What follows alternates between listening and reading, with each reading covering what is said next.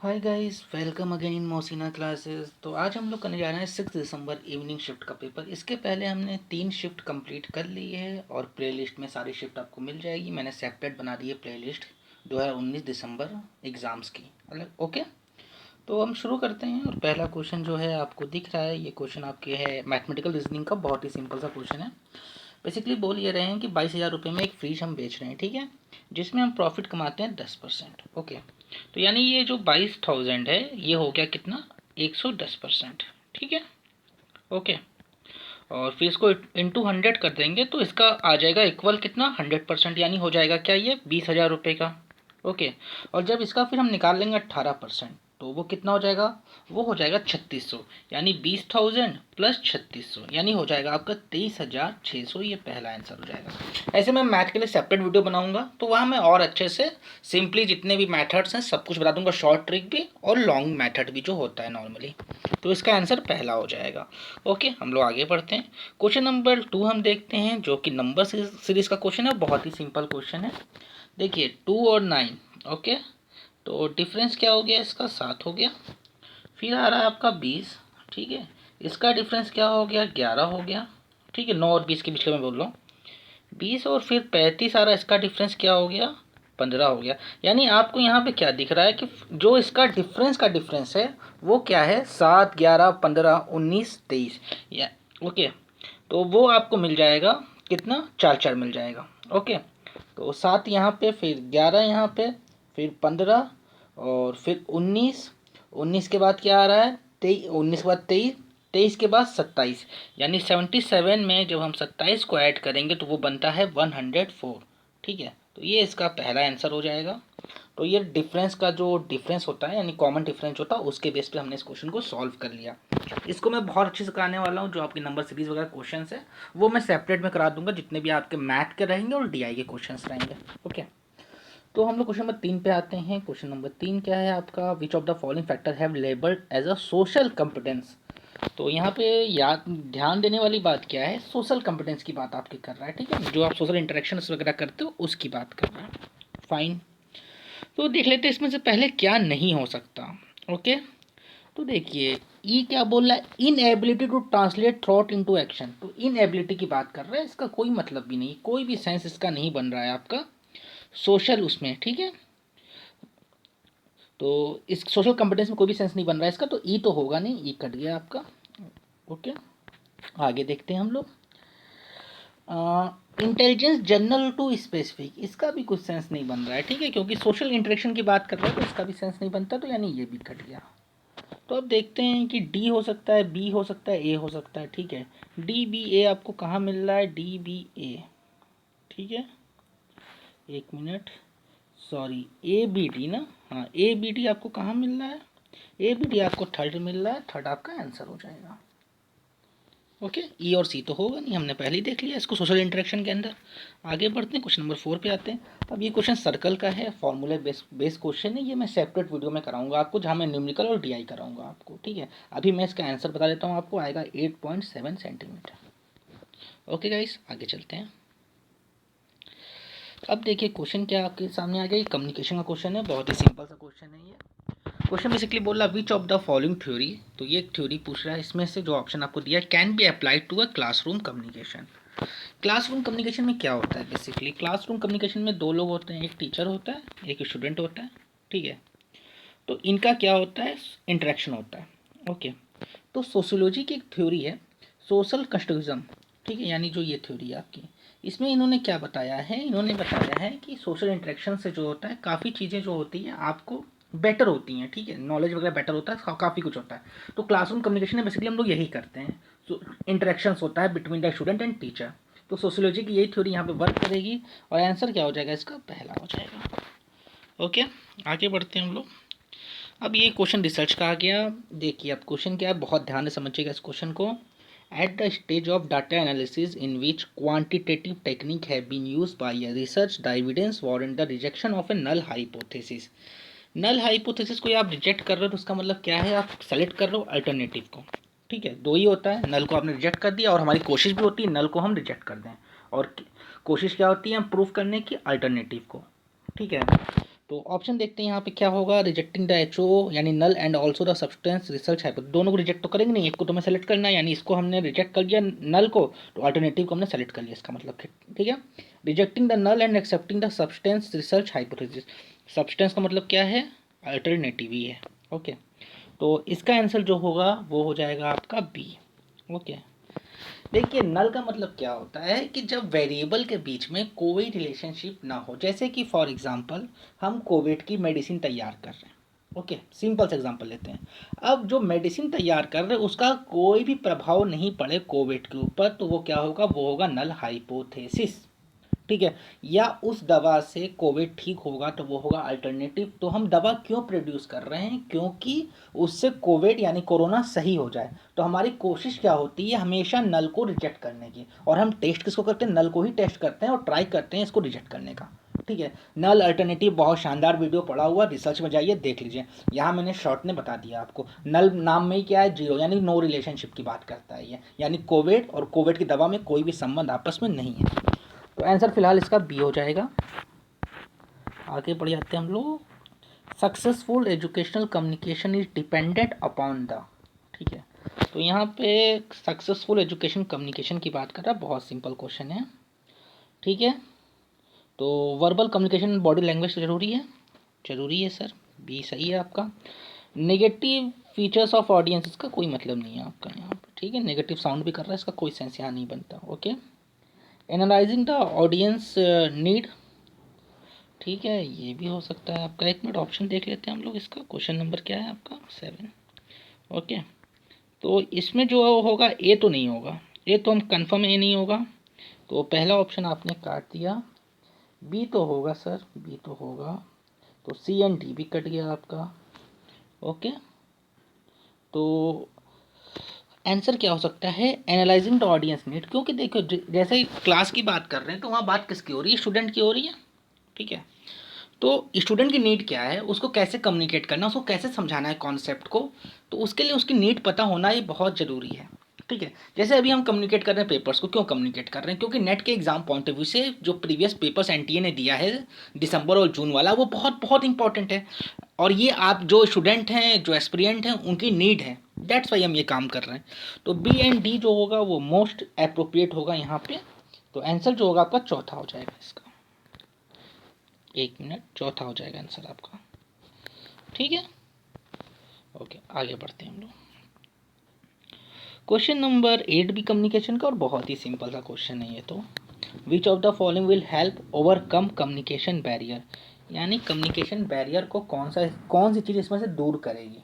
ठीक है, तो जैसे मान लीजिए क्लास के अंदर हम बैठे हैं और जो है लेक्चर्स को सुन रहे हैं, तो हो सकता है कि कुछ शोर शराबा हो रहा हो अगल बगल के सीट्स पे।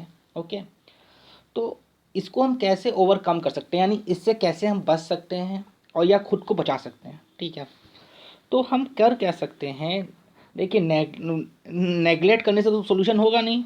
ओके, टॉप डाउन कमांड से कोई मतलब नहीं है, और क्लीच आइटम्स तो बिल्कुल ही नहीं, इसका भी कोई मतलब नहीं है। ठीक है, आइटम्स मतलब जो कहावत वगैरह होगी उसका कोई सेंस नहीं है यहाँ पे। हम फोकस करेंगे ज़्यादा कि हम उनकी बात सुन पाएँ, जितना ज़्यादा हम फोकस करेंगे लिसनिंग करने पर, ध्यान लगाएंगे, उतने अच्छे से हमें बातें समझ में आ जाएंगी सामने वाले की। तो उससे क्या होगा, फाइनली आप जो है ओवरकम हो जाओगे जो बैरियर होगा उससे। तो 8 का आंसर पहला हो जाएगा। आगे बढ़ जाते हैं हम लोग। अब ऐसे क्वेश्चंस बहुत आते हैं और यहाँ पे थोड़ा सा दिमाग लगाना होता है, ज़्यादा नहीं। ठीक है, देखते हैं क्वेश्चन क्या है आपका।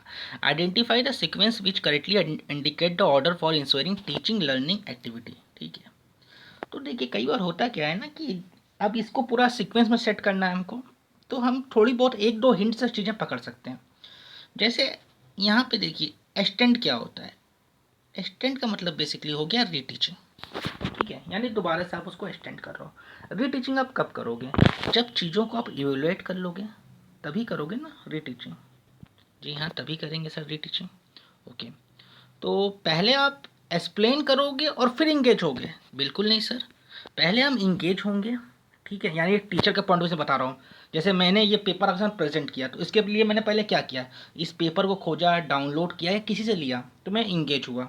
फिर मैंने एक्सप्लोर किया, सारे क्वेश्चंस को पढ़ा। ठीक है, जो सॉल्यूशंस मुझसे हुए उसको सॉल्व किया, जो सॉल्यूशंस मुझसे नहीं हुए उसको मैंने खोजा, ठीक है। फिर मैं आपके सामने एक्सप्लेन कर रहा हूँ, ओके।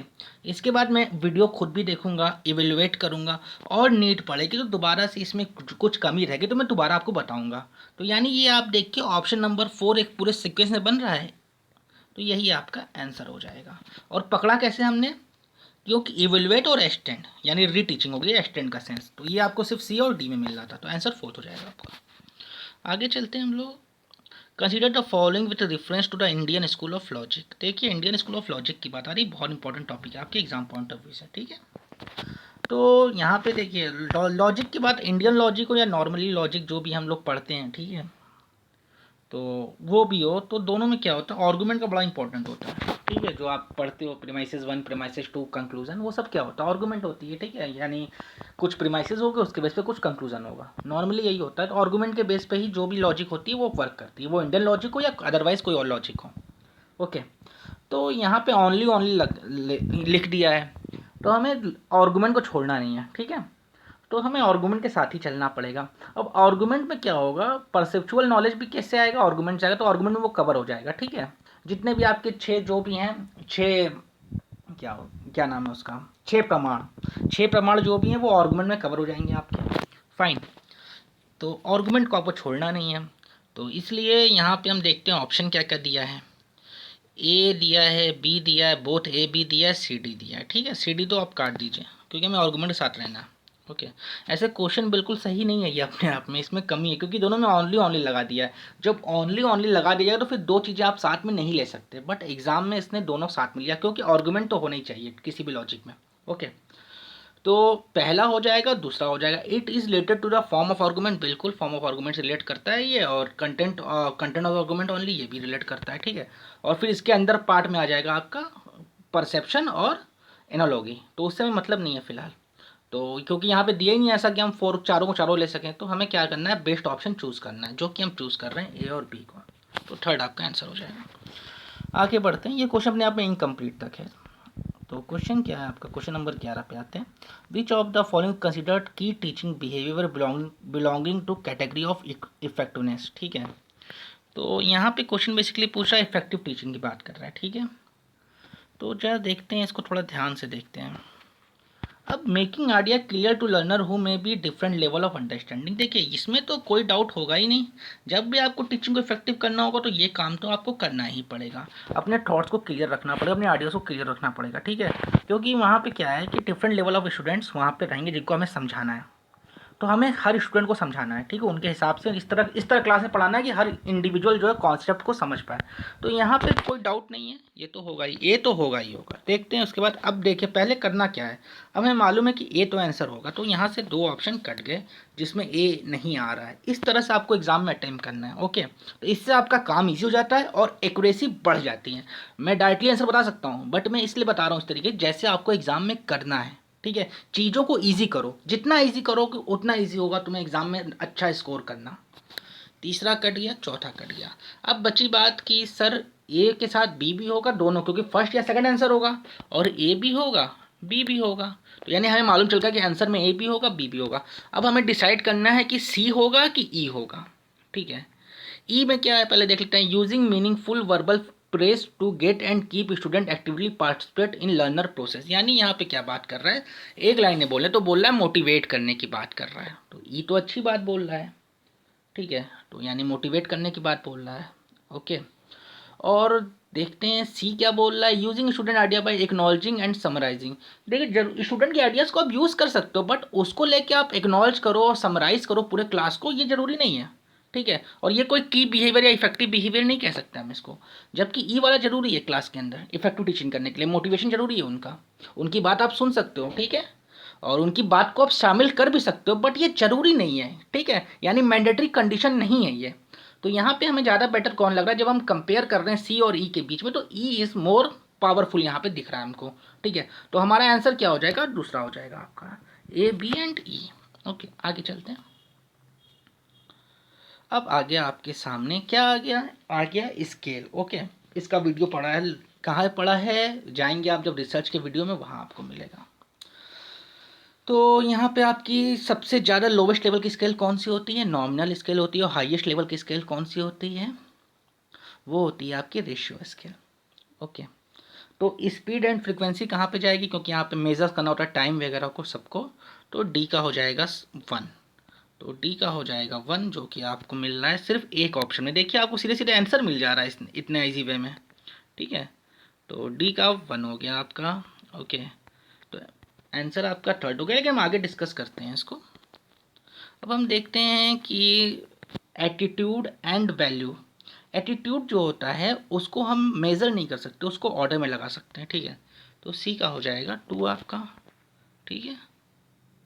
सी का 2 मिल गया आपको। अब देखते हैं इंटेलिजेंस एंड एप्टीट्यूड टेस्ट, ठीक है। तो यहाँ पे हम क्या कर सकते हैं, इंटरवल स्केल हो सकता है आपका। ओके, ये आपकी थर्ड हाईएस्ट होती है। और क्वेश्चनायर एंड इंटरव्यू क्या होता है कि आपका हो जाएगा नॉमिनल, क्योंकि नॉमिनल मतलब क्या होता है, नंबरिंग करना, नॉर्मली आप समझ जाइए। तो ए का 4 हो जाएगा, तो यानी आंसर इसका आपका थर्ड हो जाएगा। ओके, और ज़्यादा डिटेल में इसके बारे में जानना है, इसके क्या क्या फीचर्स हैं, ऑल दैट सब कुछ, तो आप कहाँ जाएंगे, आप चुपचाप से जाएंगे रिसर्च वाले प्लेलिस्ट के अंदर, वहाँ आपको मिल जाएगा ये। इससे क्वेश्चंस बहुत देखे गए हैं, 2 सेट के अंदर क्वेश्चन आए हुए थे पिछली बार, ठीक है। इसको आप इग्नोर नहीं कर सकते, मैंने सब कुछ कवर किया है, बहुत मेहनत की है। बस आप जाइए वीडियोस देखिए और हेल्प लीजिए इन चीज़ों की, और अपने मार्क्स को इंक्रीज़ करिए, और चैनल सब्सक्राइब कर लीजिए आप वीडियो पसंद आ रहा है तो। अब अगला क्वेश्चन आता है, ये है effective educational communication. Communication question है कैसा होना चाहिए। देखिए अब क्या है, कोअर्सिव यानी डराना, तो डराना तो डेमोक्रेटिक है नहीं, तो ये तो हो ही नहीं सकता, क्योंकि मॉडर्न क्लासरूम क्या है, डेमोक्रेटिक होता है, ठीक है। मॉडर्न कम्युनिकेशन क्या होती है, डेमोक्रेटिक होती है, और एजुकेशन की बात हो रही है, क्लासरूम की बात हो रही है, ठीक है। रिपीटेटिव क्या है, नेगेटिव है, ठीक है। एक ही चीज़ बार बार रिपीट करेंगे तो उससे काम नहीं चलता, ठीक है। हाँ, कंटिन्यू कर सकते हैं, ओके। कॉन्सेप्ट को क्या करना है, हमें कंटिन्यू करना होता है। तो जो थर्ड है वो बेस्ट ऑप्शन आपको मिल गया। रिपीट करना नेगेटिव है, कंटिन्यू करना वो नहीं है, नेगेटिव नहीं है। जैसे कि मैं सीरीज़ रन कर रहा हूँ, फर्स्ट सेकंड थर्ड, उसके बाद फोर्थ कर रहा हूँ, ठीक है। कॉन्सेप्ट को या मैंने पहले क्लास थोड़ा सा रिपीट कर दिया, वो सही है, लेकिन फिर उसके साथ आगे बढ़ना, ठीक है। कंटिन्यूटी रखना बहुत ज़रूरी है। जैसे आप स्टडी करते हो ना, हफ्ते में एक दिन 1 घंटा पढ़ लो, फिर 4 दिन पढ़ाई मत करो, तो कंटिन्यूटी बहुत ज़्यादा ज़रूरी होती है कम्युनिकेशन के अंदर। तो 13 का थर्ड हो जाएगा। ओके, आगे बढ़ते हैं हम लोग। ऑप्शन पे ध्यान रखना नहीं, जो नेगेटिव होता है उसको बहुत जल्दी ऑप्शन को कट करना, ठीक है। 14वां क्वेश्चन जो है वो आपका न्यूमेरिकल है, ठीक है। तो मैं सीरियस का आंसर बता देता हूँ, फिर मैं अलग से इसको सॉल्व करूँगा। 84 आएगा, बहुत ही सिंपल क्वेश्चन है, आप खुद भी ट्राई करोगे तो हो जाएगा। 84 आएगा आपका, आप चाहो तो खुद से ट्राई कर लेना, इसका स्क्रीनशॉट ले लो आप। 1 मिनट,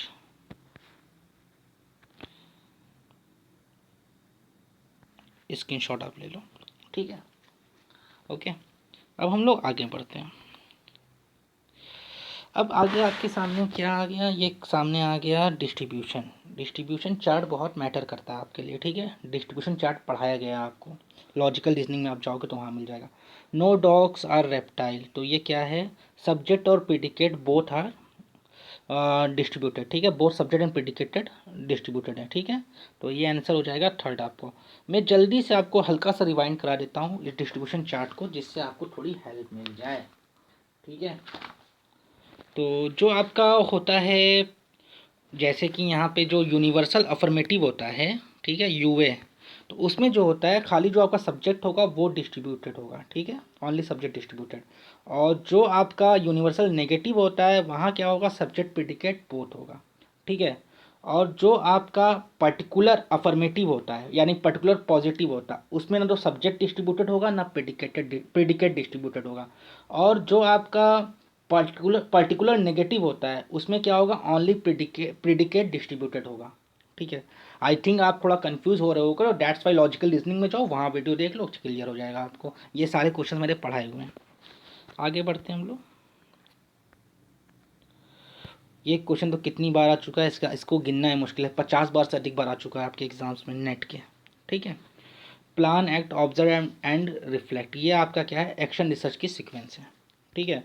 एक्शन रिसर्च होती कहाँ पे है, ये होती है आपके एकेडमिक आउटफिट में, यानी स्कूल कॉलेजेस में होती है, ठीक है। और क्यों होती है, इमीडिएट इम्प्रूवमेंट के लिए होती है, ठीक है। ये 3 चीज़ें याद रखना है आपको कि इसका स्टेप क्या है, होती क्यों है, ठीक है।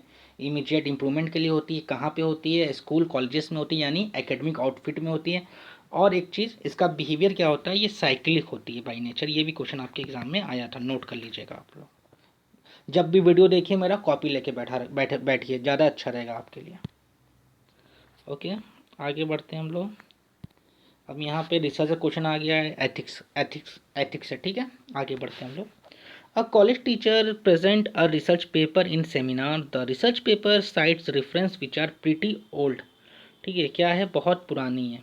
ओके, अब देखिए एथिक्स का मतलब क्या होता है, कोई चीज़, या अनएथिकल मतलब क्या होता है, बेसिकली कोई गलती आप जानबूझ के कर रहे हो तब हम अनएथिकल बोलेंगे। यानी एक रिसर्च रिपोर्ट में प्रेजेंट कर रहा हूँ और मुझे पता है ये रिसर्च रिपोर्ट ओरिजिनल नहीं है, मेरी नहीं है, तब भी मैं उसे प्रेजेंट कर रहा हूँ, वो बिहेवियर आपका अनएथिकल होगा। ये नहीं कि गलती से कोई चीज़ आप कर दे रहे हो, ठीक है, तो वो अनएथिकल नहीं होगा। जब कोई गलती आप जानबूझ के कर रहे हो, ठीक है, आपको पता है कि गलत है, उसके बाद भी आप कर रहे हो, तो वो क्या है, वो है unethical.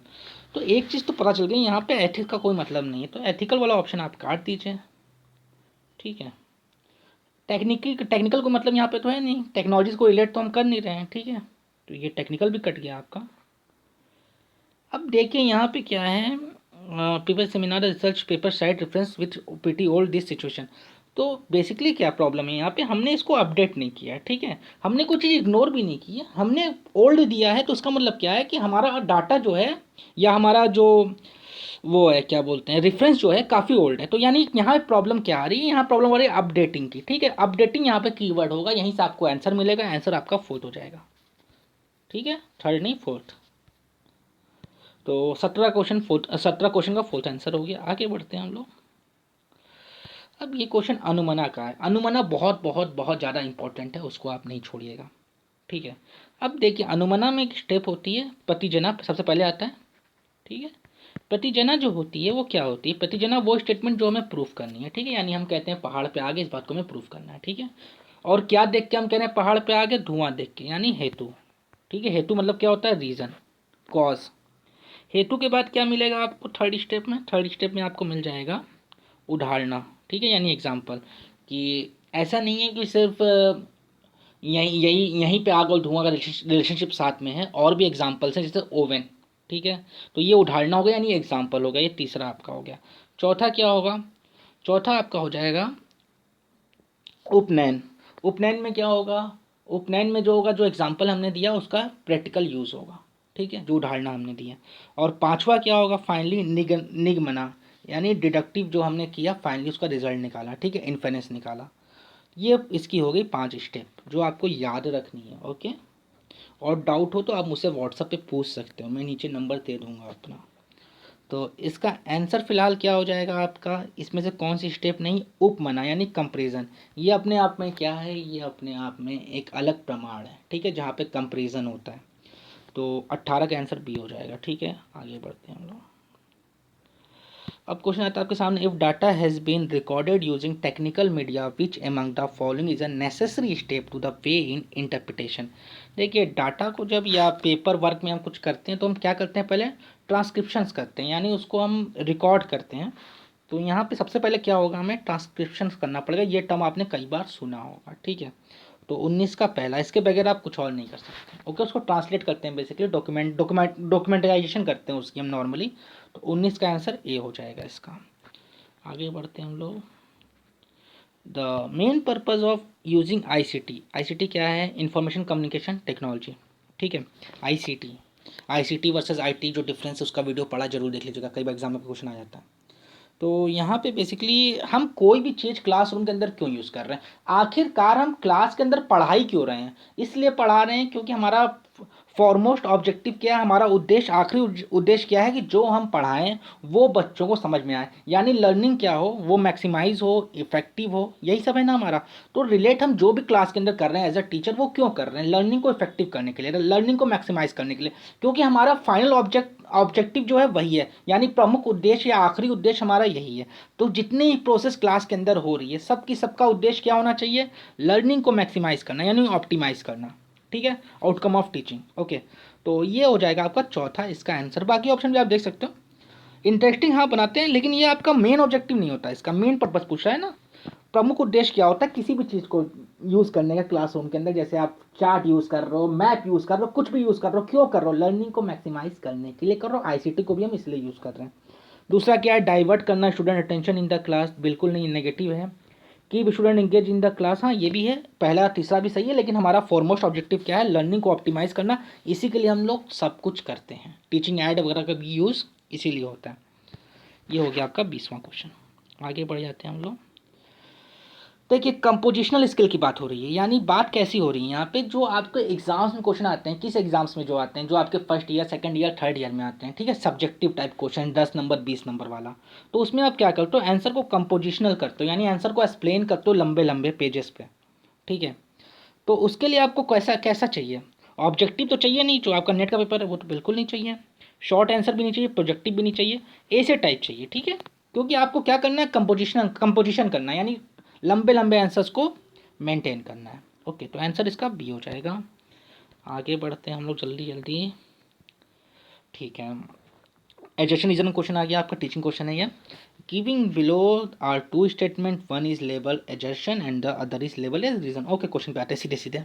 Pedagogy and social interaction are two major result oriented activities of a teacher, बिल्कुल सही बात है, इसमें तो कोई डाउट ही नहीं है। पेडागोगी टीचिंग बहुत जरूरी है और सोशल इंटरेक्शन ही बहुत जरूरी है टीचर के लिए क्लास के अंदर, बिल्कुल ये ट्रू है, no doubt about that. Communication has limited role in both this activities, बिल्कुल गलत है, क्योंकि जो चीज़ें हम इंटरेक्ट कैसे कर रहे हैं अपनी प्रॉपर कम्युनिकेशन स्किल से, अच्छी कम्युनिकेशन स्किल से ही तो, जितना अच्छा टीचर कम्युनिकेटर रहेगा उतना ही अच्छा वो टीचर रहेगा, ठीक है। तो एक टीचर के लिए कम्युनिकेशन स्किल बहुत बहुत ज़्यादा जरूरी होती है। तो आंसर इसका क्या हो जाएगा, ए सही है, आर गलत है। तो यहाँ पे हम देख लेते हैं option A is true but और आर इज फॉल्स, यानी थर्ड आपका आंसर हो गया। आगे बढ़ जाते हैं हम लोग।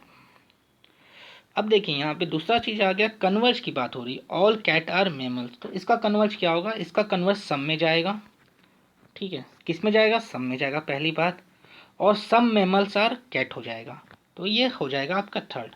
या आप इसका चार्ट ही बनाओगे तो आप पाओगे ऑल कैट, यानी सब कैट थी और ऑल कैट आर मेमल, ठीक है, ऑल कैट आर मेमल, ठीक, ओके। तो यहाँ पे आप देखिए सम मेमल्स भी तो जो हैं वो भी तो कैट हैं, तो यहाँ पे आप ये भी बना सकते हो उसका कन्वर्ट करके, तो ये आपका थर्ड हो जाएगा। ऐसे कन्वर्ट चार्ट है ये आपका, मैंने बताया हुआ है आपको, ठीक है, एक बार मैं फिर आपको बता देता हूँ। यूनिवर्सल पॉजिटिव में क्या होगा, जैसे कि all chair are table example के तौर पे, इसका क्या होगा conversion, some table are chair, इसी तरह जैसे यहाँ पे था ऑल कैट आर मेमल, तो सम मेमल आर कैट हो गया था। यूनिवर्सल नेगेटिव क्या है, no chair are table, no chair are table, तो इसका क्या होगा, नो टेबल आर चेयर, बस टेबल चेयर को उल्टा कर लीजिएगा, हो गया आपका। पर्टिकुलर पॉजिटिव में क्या होता है, सम चेयर आर टेबल, तो सम टेबल आर चेयर, इसका भी हो गया, ठीक है, कन्वर्जन। पर्टिकुलर पॉजिटिव से ओनली पर्टिकुलर पॉजिटिव में हो गया, बस दोनों को पलट देना है यहाँ पे, ओके। चेयर की जगह टेबल, टेबल की जगह चेयर रख देना है आपको। पर्टिकुलर नेगेटिव में कोई कन्वर्जन नहीं होता, पर्टिकुलर नेगेटिव क्या है, सम नॉट वाला केस, ओके। तो ये सारे वीडियोस आपको मिलेंगे लॉजिकल रीजनिंग वाले में, ठीक है। तो इसका आंसर थर्ड हो जाएगा आपका फिलहाल। आगे बढ़ जाते हैं हम लोग। तो फिलहाल मैं मैथ के क्वेश्चंस को सेपरेट कराने को मैंने बोल दिया आपसे, तो मैं वहीं कराऊंगा आपको, इसका मैं आपको आंसर देता हूँ, जो कि आएगा 48 किलोमीटर पर आवर। बहुत ही सिंपल सा क्वेश्चन है, ठीक है। मैं सेपरेट कराऊंगा तो वहाँ पे अच्छे से बता दूंगा, क्योंकि वीडियो बहुत ज़्यादा लंबा बन जाता है तो फिर आप लोग आखिरी तक वीडियो देखते नहीं हो, उससे प्रॉब्लम आ जाती है, ठीक है। इसलिए मैं उसको सेपरेट करा दूंगा, उसमें मैं अच्छे से टाइम भी दे दूंगा और ज़्यादा अच्छे से बता दूंगा जो डीआई और मैथ है। अब यहाँ पे क्वेश्चन आ गया, किसका आ गया, फैलेसी का आ गया। किस फैलेसी का आ गया, इनफॉर्मल फैलेसी का आ गया। अब देखिए क्या है कि मिस्टर एक्स जो है वो रहता है स्लम में, ठीक है, स्लम में यानी झोपड़पट्टी में रहता है mister X, okay, and is unemployed, और क्या है वो बेरोजगार है, okay. Therefore mister X deserve to be a minister, तो इसलिए मिनिस्टर एक्स को क्या है, मिनिस्टर बना दीजिए। तो यहाँ पे क्या हो रहा है, अपील टू पीटी हो रही है, ठीक है, यानी यहाँ पे आपसे रिक्वेस्ट की जा रही है कि बस हमारी अपील मान लीजिए और उसको मिनिस्टर बना ही दीजिए। तो बेसिकली ये कौन सी फैलेसी है, ये है एड मिसकोडियम फैलेसी, ठीक है। इसको कहा जाता है पीटी टू, अब अपील टू पीटी, ठीक है, यानी दया की अपील करना, ओके। फैलेसी ऑफ कंपोजिशन नहीं होगा, फैलेसी ऑफ डिवीजन नहीं होगा। फैलेसी ऑफ डिवीजन क्या होता है, डिडक्शन होता है इसके अंदर, ठीक है, ऑल से सम पे जाते हैं, और फैलेसी ऑफ कंपोजिशन इसका उल्टा हो जाता है, ठीक है, सम से ऑल पे जाते हैं, ओके। और फैलेसी ऑफ एक्सीडेंट में क्या होता है कि स्पेसिफिक केस से हम जनरल पे जाते हैं, ठीक है। जैसे कि हम कहते हैं कि सारे सारे मर्डर को फांसी दी जाए, ठीक है, तो यहाँ हम बात कर रहे हैं सारे मर्डर को फांसी दी जाए, और उसके फिर दूसरे स्टेटमेंट हम कहते हैं कि इस बिना पे फौजी को भी फांसी मिलनी चाहिए क्योंकि वो भी मर्डरर है, ठीक है। ये आपका फैलेसी ऑफ एक्सीडेंट हो गया। खैर मुझे पता है ये टॉपिक बहुत कंफ्यूज कर रही होगी, लेकिन आपके लिए मैंने बहुत शानदार सा वीडियो बना के रखा है इनफॉर्मल फैलेसी के ऊपर। वो वीडियो आपको प्लेलिस्ट में मिल जाएगा, उस वीडियो को जरूर आप देखिएगा, आपके सारे डाउट क्लियर हो जाएंगे। चलिए अब डीआई का क्वेश्चन है जिसका मैं सीधे आपको आंसर कराऊंगा। ओके, और डीआई को मैं सेपरेट वीडियो में कवर करने वाला हूँ, तो इसको आप देख लीजिए, पहले स्क्रीनशॉट लेना चाहे लेके खुद से भी सॉल्व करने का ट्राई करिए। ओके, तो 26 का आंसर जो होगा आपका डी हो जाएगा। ठीक, आगे बढ़े हम लोग 27 क्वेश्चन पे आ जाते हैं। 27 का आंसर ए हो जाएगा, यानी 15%। 28 पे आ जाते हैं हम लोग। 28 का आंसर भी ए हो जाएगा। 29 पे आ जाते हैं हम लोग। 29 का आंसर डी हो जाएगा आपका। ठीक है, 30 पे आ जाते हैं हम लोग। 30 का आंसर सी हो जाएगा आपका। ठीक है, तो डी आई को मैं सेपरेट कवर कर लूँगा, वहाँ चीज़ें और क्लियर हो जाएंगे आपकी। चलते हैं अब 31 क्वेश्चन पे। 31 क्वेश्चन जो आपके सामने आ गया है कि disease cause by polluted water, यानी एक सिंपल सी बात है, वैसी डिजीज़ जो कि वाटर से होती हो। पोलियो जो है वो वायरस है, वो वाटर से नहीं होता। ठीक है, ये तो पता है हमें। ओके, थोड़ा देखते हैं हम लोग। डायरिया पानी से होता है, गंदे पानी से होता है। कॉलरा गंदे पानी से ही होगा, यानी पोल्यूटेड वाटर से ही होगा, नॉर्मल सी बात है। अच्छा पानी पियेंगे तो क्यों होगा आपको। कॉलरा पोल्यूटेड वाटर से होता है, नो डाउट। टाइफाइड भी होता है, और ट्यूबरक्लोसिस के भी बहुत सारे टाइप के टीबी होते हैं, उसमें भी कुछ टीबी जो होते हैं वो पोल्यूटेड वाटर से भी होते हैं। चलिए, ये तो हमें पता है, ये चारों होता है। अब इंटेरिटीज कौन सी डिजीज़ है ये मुझे देखना पड़ेगा, I am not sure right now. Okay, लेकिन ये चारों होता है, और यही आपका आंसर भी हो जाएगा डी इसका। ओके, इंटरेट्स मैं देख लूँगा कौन सी डिजीज़ होती है, या आपका होमवर्क भी आप भी गूगल करके खोजना, क्योंकि क्वेश्चन साइंस का था, उतना तो कॉमर्स बैकग्राउंड है मेरा, तो कभी कभी इतना हर डिजीज़ में नहीं जानता नॉर्मली। ओके, तो 31 का आंसर डी हो जाएगा आपका। आगे बढ़ते हैं हम लोग। अब ये जनरल कंप्यूटर क्वेश्चन है, जो कि बहुत ही सिंपल क्वेश्चन है आपके सामने। The clock speed of CPU is measure in hertz. बिल्कुल सही बात है, जो स्पीड होती है क्लॉक इसकी प्रोसेसर की आपके मोबाइल की, वो जो मेजर होती है वो होती है हर्ट्स में। ठीक है, क्लॉक स्पीड ऑफ सीपीयू या क्लॉक स्पीड ऑफ जो आपका प्रोसेसर है मोबाइल का। ठीक है, स्नैपड्रैगन 625 है या जो भी है आपका, बिल्कुल सही बात है। Bluetooth technology consume more power than wifi. बिल्कुल गलत बात है। ब्लूटूथ वाईफाई कहाँ ज़्यादा पावर लेता है, तो कॉमन सेंस की बात है। आप दोनों चीज़ यूज़ करते हो घर के अंदर, तो आप खुद कई बार ये चीज़ एज्यूम करते होगे। ये चीज़ एज्यूम क्या करना, ये चीज़ आपको खुद मालूम होगी कि जो ब्लूटूथ होता है उसमें कम चार्ज लगता है कंपेयर टू वाईफाई। तो बी तो गलत है, ये सही है आपका। ओके, जितनी ज़्यादा अच्छी स्पीड होगी आपके सीपीयू की, उतने अच्छे से जो वो उतने सारे ऐप्स आप खोल सकते हो बेसिकली, जो आप देखते होगे उसमें भी क्या बोलते हैं, मोबाइल के अंदर भी प्रोसेसर पे भी डिपेंड करता है उसकी स्पीड कितनी है। तो जब भी मोबाइल का जब आप जाओगे डिस्क्रिप्शन देखने, तो वहाँ पे दिया होगा प्रोसेसर की क्लॉक स्पीड। कभी भी डिस्क्रिप्शन आप देखें मोबाइल का, तो वहाँ आपको मिल जाएगा वो। तो जो आपका ए है वो राइट है, तो 32 का आंसर ए हो जाएगा आपका। ठीक, आगे बढ़ जाते हैं हम लोग, 33वें क्वेश्चन पे आते हैं। Local area network lane is usually located on one brand of computer. One brand of computer का क्या सेंस है। लोकल एरिया नेटवर्क है, किसी भी ब्रांड का कंप्यूटर और जोड़ दीजिए। साइबर कैफे हमने बचपन से देखा है, तो ये क्या हो गया, ये गलत हो गया, आपके सामने समझ में आ रहा है। ठीक है, आईएसपी क्या है, इंटरनेट सर्विस प्रोवाइडर, और बोल क्या रहा है, इंटरनेट स्टैंडर्ड प्रोवाइडर, तो ये गलत है, सामने दिख रहा है आपको। तो बोथ ए एंड बी नहीं, नाइडर ए नॉर बी, तो यानी डी इसका आंसर हो गया। आगे बढ़ते हैं हम लोग 34वें क्वेश्चन की तरफ। बहुत ही इजी सा क्वेश्चन आपका, मैच द कॉलम आईसीटी का है, यानी कंप्यूटर का है। वेब ब्राउज़र की बात कर रहा है, तो कनेक्ट टू द वेबसाइट, बिल्कुल सही बात है। गूगल क्रोम इसका एग्जांपल है। सफारी भी वेब ब्राउज़र एग्जांपल है एप्पल वाला, तो ए का हो जाएगा थर्ड। ठीक है, स्प्रेड शीट में क्या होता है, न्यूमेरिकल डाटा होता है, सही बात है, सी का 4 हो जाएगा। वर्ड प्रोसेसर क्या होता है, रिटन डॉक्यूमेंट होता है। ठीक है, तो एक मिनट, तो ए का तो थर्ड होगा, पहले इन दोनों से देख लेते हैं। ए का थर्ड होगा। ठीक है, ए का थर्ड मिल गया हमें, और उसके बाद हमने क्या किया था, सी का, ए का थर्ड, सी का 4, ए का थर्ड, सी का 4 हमें सेकंड में मिल गया। ठीक है, और बी का 1, बिल्कुल वर्ड प्रोसेसर वही होता है जो हम लोग बोल रहे थे अभी। और वेब ऑथोरेटिंग क्या होती है, कनेक्ट टू वेबसाइट, एक minute, create and edit page हो जाएगा, ठीक है। इसका डी का आपका 2 हो जाएगा, ओके, डी का 2, क्योंकि पेज क्रिएट करना ही तो होगा, वेब ऑथरिंग, ठीक है। तो आंसर इसका सेकंड हो जाएगा। बहुत इजी क्वेश्चन था, आप आराम से 3 चीज़ों को मैच कर सकते थे, एक चीज़ आपको अपने आप ऑटोमेटिकली वहाँ पे मिल जाती। बहुत बहुत ईजी है, थोड़ा सा आपको कॉमन सेंस भी लगाना होता है पेपर के अंदर। बैटरी कितनी बची? बैटरी बहुत है। चलिए आगे बढ़ते हैं। Identify the correct sequence of biomass fuel, ठीक है। बायोमास फ्यूल की in the term of their energy content per unit mass. तो देखिए सबसे अधिक जो होता है ना, वो किस में होता है? वो होता है कोकोनट शेल में। आपने कई बार देखा होगा ना, रोड्स वगैरह पे जो होते हैं उसके छिलके छिलके जो है लोग सूखने के लिए डाले जाते हैं, तो इसमें काफ़ी होता है। इसके बाद डंग ड्राई, यानी जो गोबर के वो होते हैं, ठीक है। और फिर जो अनसॉर्टेड डोमेस्टिक रिफ्यूज़ होता है, ठीक है। तो इसका आंसर डी हो जाएगा आपका। कोकोनट में सबसे अधिक होता है, इसको याद रखिएगा, क्वेश्चन दोबारा रिपीट हो सकता है। और ये क्योंकि रिन्यूएबल एनर्जी है आपकी, जो बायोमास है, तो बहुत इंपॉर्टेंट है आपके लिए, और इस पर हम लोग बहुत ज़्यादा वर्क भी कर रहे हैं, ठीक है। Basically wastage of plant and animal से ये तैयार होता है, जहाँ पे आप देख ही रहोगे wastage of animal dung dry है, wastage of plants coconut shell है। तो 35 का आंसर डी होगा। बहुत ही आसान पेपर था, हलवा पेपर था ये। तो बहुत ज़्यादा बस आपको अपनी स्टडी कंप्लीट रखनी है और थोड़ा सा कॉमन सेंस, ठीक है। पेपर बहुत शानदार हो जाएगा। और चैनल फॉलो करते रहिए, यहाँ पे आपको सब कुछ मिल जाएगा। आगे बढ़ते हैं हम लोग, क्वेश्चन नंबर 36 पे आते हैं। अब देखिए यहाँ पे वेस्टेज मैनेजमेंट का क्वेश्चन भी आपको दिख गया। या वेस्टेज मतलब क्या? जो कूड़ा मैनेजमेंट है बेसिकली, उसकी बात यहाँ पे हम कर रहे हैं।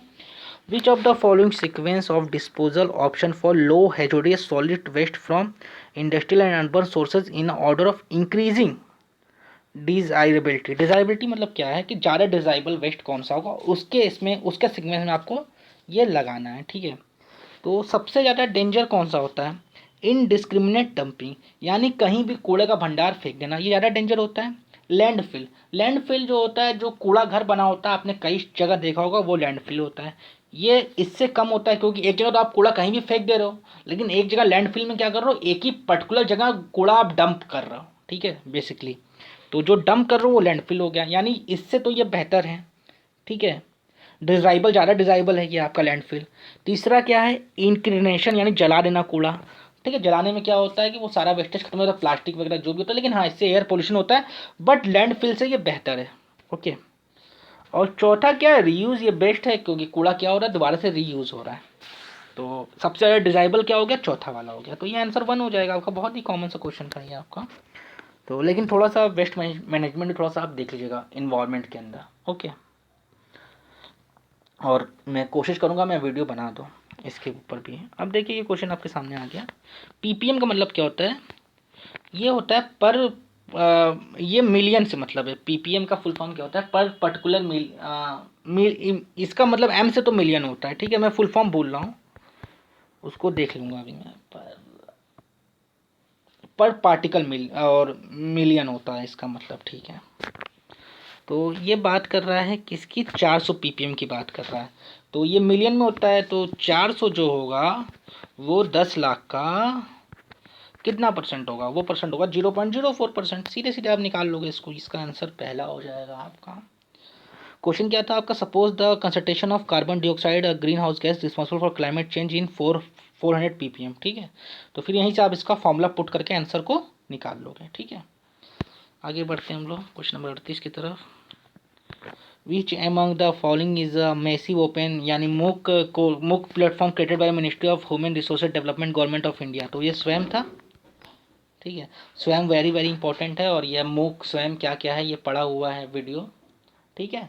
वो मिलेगा आपको कहाँ पे मिलेगा? हायर एजुकेशन वाले यूनिट में मिल जाएगा आपको। आंसर इसका बी हो जाएगा।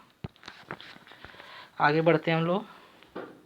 बहुत इजी क्वेश्चन है, कंप्यूटर क्वेश्चन है। Select the option that content exclusive the test file format.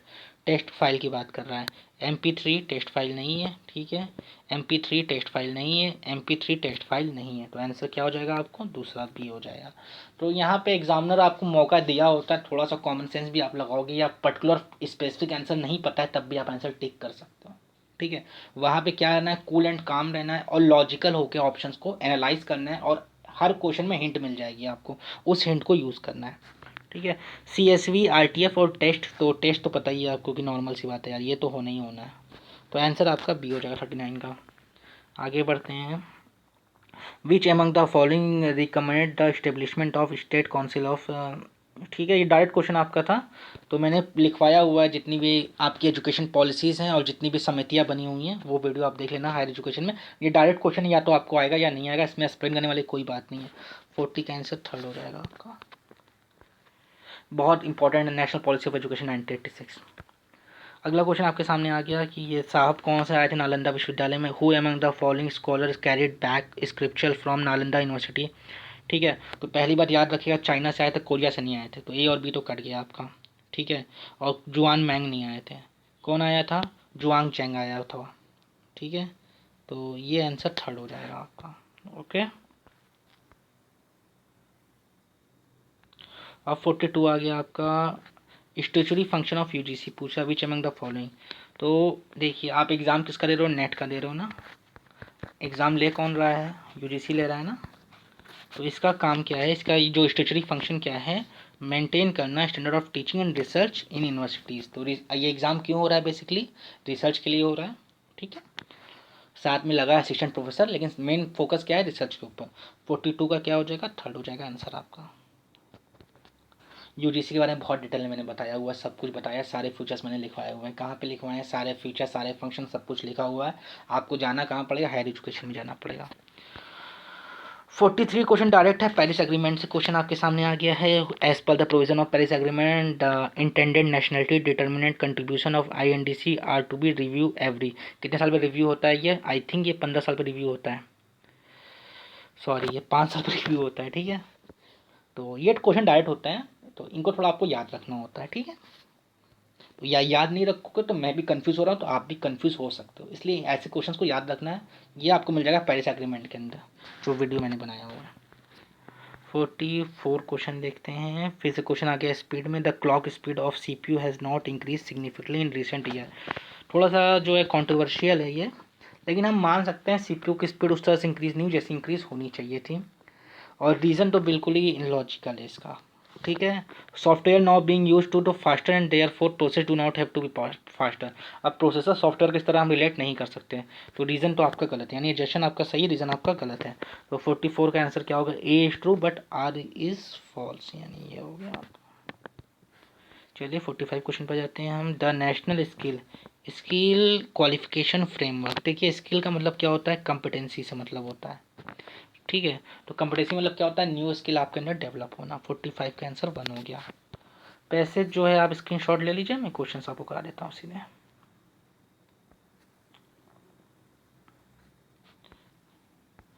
Forty six का आंसर क्या होगा आपका, 46 का आंसर बी हो जाएगा आपका।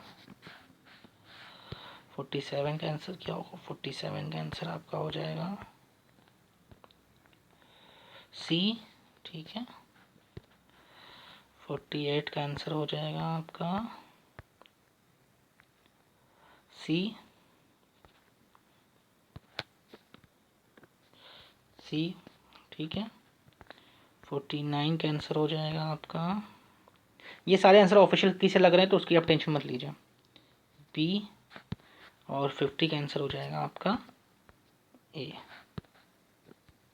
ओके गाइस, तो वीडियो जब पसंद आया है तो चैनल सब्सक्राइब कर लीजिए, और अभी तक ये चौथा सेट मैंने करा दिया, अब 6 सेट और बचे हैं, वो भी मैं आपको 13 तक करा दूंगा। और उसके बाद हमें टाइम कुछ एक्स्ट्रा और मिल जाता है नेट के द्वारा, एग्ज़ाम अगस्त तक में होता है, तो फिर मैं जून वाले पेपर भी आपको सॉल्व करवा दूंगा पूरे 10। तो अभी के लिए इतना ही, बाय, टेक केयर, और घर में रहिए, सुरक्षित रहिए, और क्या बोलूँ, चैनल सब्सक्राइब कर लेना।